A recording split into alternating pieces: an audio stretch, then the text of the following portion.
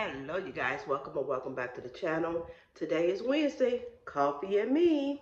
I am doing this series on my tours and interviews, parent interviews. Sorry if I sound a little raggedy, but I just got over a cold. I'm just getting over a cold actually, so bear with me. I don't know what's going on with my microphone. I charged it all night, so I'm like, you know what? I had my ring light on, and I did some little clips, and the sound wasn't coming out. So my name is Miss P. I run an in-home learning academy in the basement of my townhome with 6 or fewer kids. I'm not going to prolong this video, but I do my coffee and meets on Wednesdays. Try to every Wednesday, and what I'm going to do is link the last video with this video. Okay, so with my interviews, I do have tours, but of course I have a small classroom, but I tell them where everything is, and the toys that we do play with, engage in our little circle time area, what curriculum I do, and all that good stuff. So most of my parents find me on Facebook, and I'm gonna link my Facebook page, child care page, down below. I don't know if some people look at the profile or if they just inbox me. Some people get word of mouth or whatever, friends or what have you. So I inform them. The first thing I inform them of is that I am in-home child care in the basement of the townhome. And some parents like the fact because it's a small, like a private school, and you don't have a lot of kids versus the daycare centers where there's a lot of kids. So some people prefer in-home and some people prefer the centers. But it really shocked me when I first started, because some people love the in-home, and people was explaining that it's small, more attentive, and people pay, the kids get more attention than in the centers. But that's, to each his own. After we talk about that or what have you, then I ask them about their hours. Because if their hours are not in line with mine, there's no need to go forward, because my hours are from 7 a.m. to 5 p.m. Central Standard Time. Then after that, if they, are in line with my hours, I inform them that of my prices. I do inform them up front that my prices are the $25 enrollment fee, application fee, what have you, the first and last week's tuition. With my first and last, they have to pay the first tuition. But the last tuition, I let them know in the contract that they can break it down into increments, but it has to be paid within 30 days. That's in the contract, okay? So after that, we get through that. Then if they want to schedule a tour, they can schedule a tour with me and an interview. And my interviews and tours are after hours from 5:30 to 6. And the me and being that time is because once I close at 5:30, 6 o'clock, sometimes the interviews may go over, I can talk, and, if they can talk, and we bond. I do also inform them, bring your kid, because I would like to meet them. I don't want to just, the kid to store without meeting me. So that's how I am. I ask for them to bring them. I also want to observe them while I am doing, the interviews as well. That's that.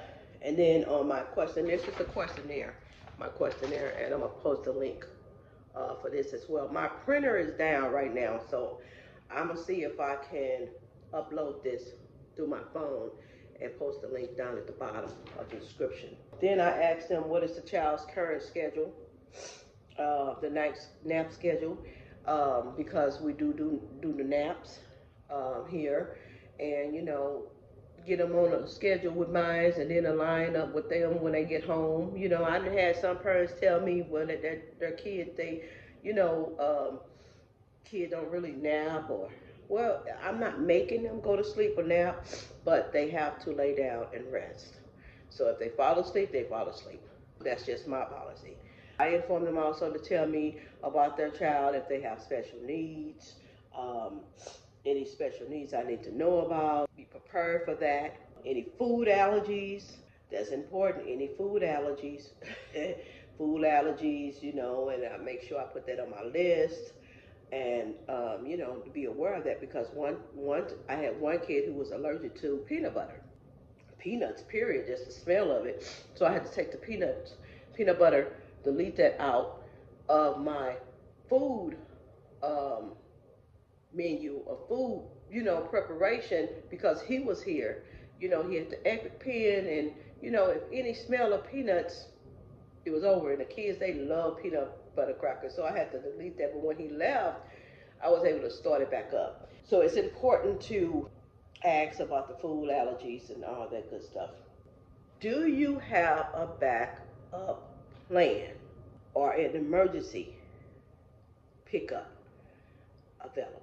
That's really, really important for the parents to know, because anything can happen. Either, well, it's being that you have to close for emergencies, or you have to, when you close in for vacation, do you have a backup person, a backup plan, an emergency? If you're at work and you can't get here, or you're stranded, do you have a backup plan? That's really, really important, to have a backup sitter, someone to pick up. I also put on there how long is their commute. It's an hour to get here, hour to get back. It's 10-hour days. So if they are commuting time, an hour and a half to 2 hours is a no-go. It's not even worth it, because it's past my time I close. These questions are really important to ask, because you want to get familiar. You don't want to sign on a parent and then get some unexpected things that happen. So I would like to know ask these questions for them to fill out, so they can be aware that this is my policies and my procedures and how I run my daycare. So if it's not aligned, once again, if it's not in line with you, I'm not a good fit for you, and you're not a good fit for me. The next question on my list is, have your child been in another daycare before? What is the reason why they left? How long was they there, or what have you? Because sometimes parents hop from daycare to daycare, either being they don't pay on time, they had some problems, the kids are, fighting someone, the kids, got put out the daycare. It's many reasons why they hop from daycare to daycare. It's not a good fit for them. They're not, in their hours, the daycare hours are not, you know, in compliance with theirs. I remember, I don't know if they still have that on Facebook, where you can put in, I have to find that group, where you can put in, in the system they made up, if a parent left on bad terms without paying, or left on bad terms or what have you. You can put them in the system, and you can find, you can look up the parent's name or what have you, and it'll pull up if they have been in a, daycare, and what the outcome was, why they left or what have you. But I have to find that. That's a good source. That is a really good source, because like I said, parents will jump and hop from daycare to daycare. Some parents, if they, don't want to, follow the rules, or, they're not paying, and just, a problem parent, or it can be a problem child. That's a good system to have. So then I asked them also on the question, what do they expect out of me as a daycare provider? What are your goals for your child? Either some, want them to learn their ABCs, the 1, 2, 3 social, emotional skills, and, different type of things. So, I asked them, what's most important? What do you expect out of me? What do you expect out of your child to learn in my care? That's a good question to ask parents as well. Then I asked them, what are their parenting styles for as disciplinary actions. I let them know that I get clear boundaries. I use positive languages, meaning I focus on what they can do instead of what they cannot do. I redirect behavior in a good way. I redirect it. If I see someone snatching a toy from someone, I let them know. I just using the name Billy, for us. Sally is playing with that toy right now. Could you come and play with this toy? I mean, it's until Sally get done, you can ask her um, if you can play with it when she's done, or you can ask her instead of snatching it or what have you. So yeah, my red and green choices I did get out for Pocket of Preschool it's a really good visual of, red choices and the green choices. I don't use bad behaviors. I use red choices or the green choices. Red choices, the visuals to show them what not to do. It's not a good choice. The green choices are what I expect for them to do. We go over that at circle time. I'm almost done with this. I'm gonna wrap it up real quick. I also talk about my daily schedule. I have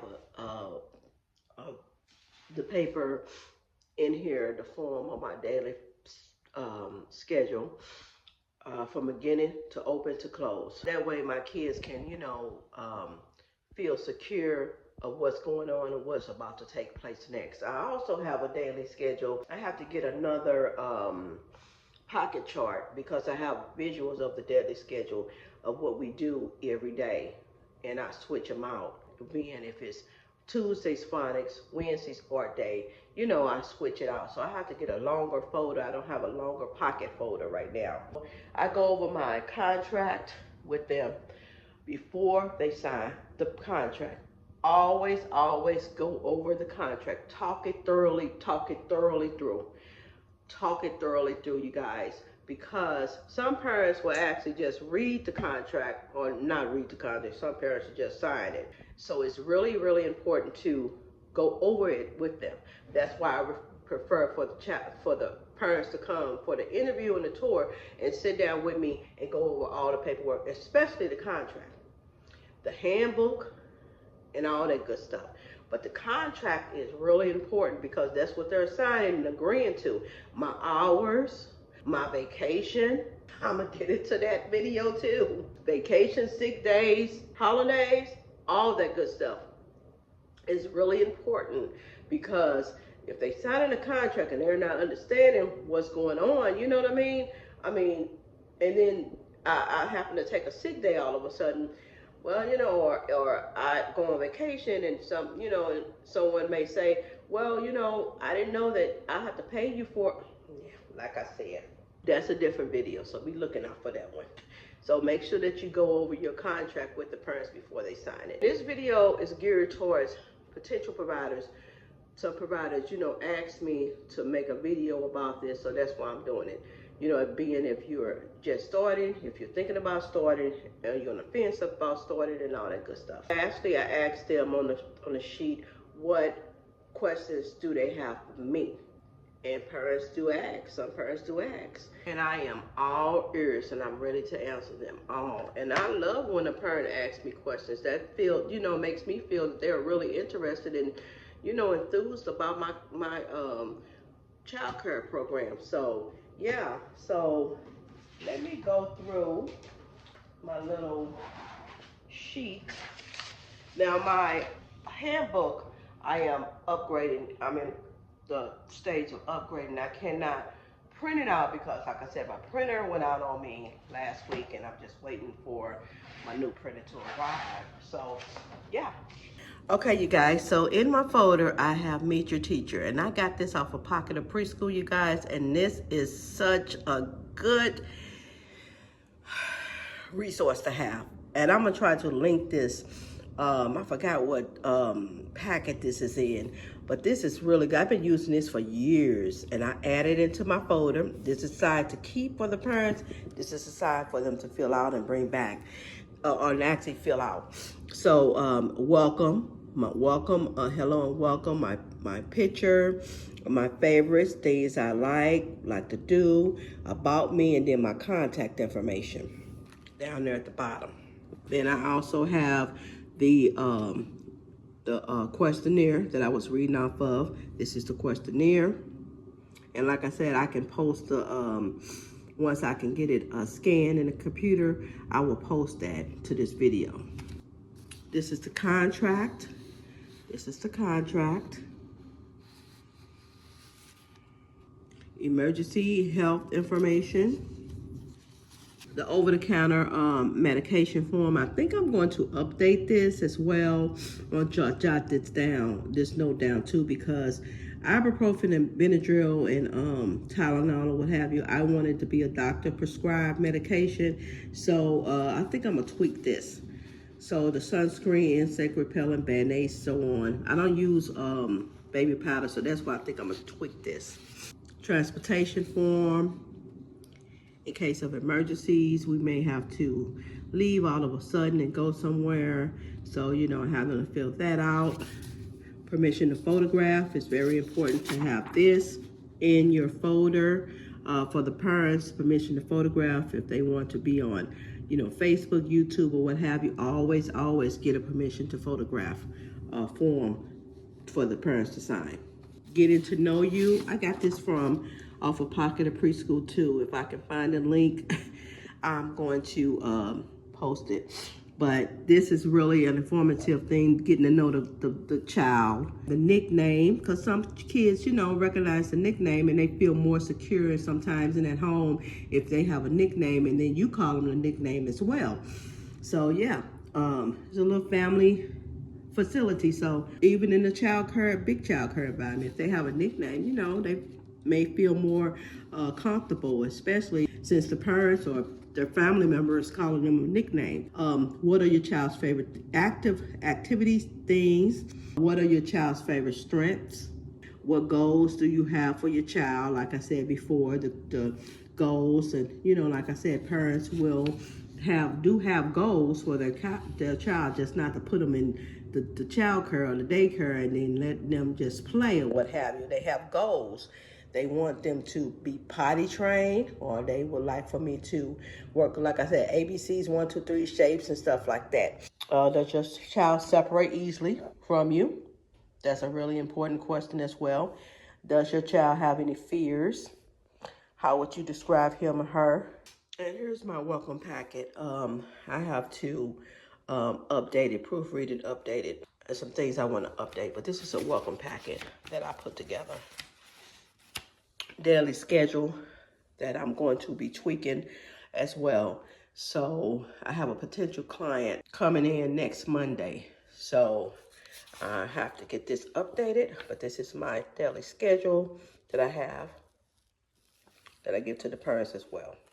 And another thing, you guys, is if you have a parent who, say for instance, I have a parent who keep changing her date. She paid me the enrollment fee. No, yeah, she paid me the first week's tuition and the application fee. And she keep changing the date of starting. But I'm giving her until Monday. She said she would, you know, start them on the fresh week. It's been 2 weeks. Just because you actually paid for the spot doesn't mean that the spot is going to be available for whenever you want to start. Because this week, she's supposed to start it last week. This week, I could have had someone in paying me every week. So I'm giving her until Monday. If she doesn't come Monday, I'm just going to refund her the money. She's not a good fit. And some things you have to watch, red flags. If that, you know, if you're changing things, and I'm not saying she's like that, but if the parents is not communicating and you have to reach out to them, who's to say if they will be communicating if they're running late, if they, you know, need to pay a little later or what have you. I look at that for as red flags. So like I said, if she's not signing on, I have to refund the money. So I communicate that with the parent as well. This is the end of the Coffee and Me segment for this Wednesday. I hope you enjoyed it. I hope I wasn't rambling, you guys. I'm still getting familiar and trying to get this ring light and microphone together. I hope you enjoyed it. Comment down below and let me know if you have any questions. How do you do your interviews and tours? And what questions that you ask the parents, if you ask them any questions or what have you. Every provider does their interviews and tours and questions different, but this is how I do mine. So you guys be blessed. If you can, show me some love. It's free. Like this video, comment, subscribe, share the video for the awareness. And until I do another video, you guys be blessed and stay safe out there.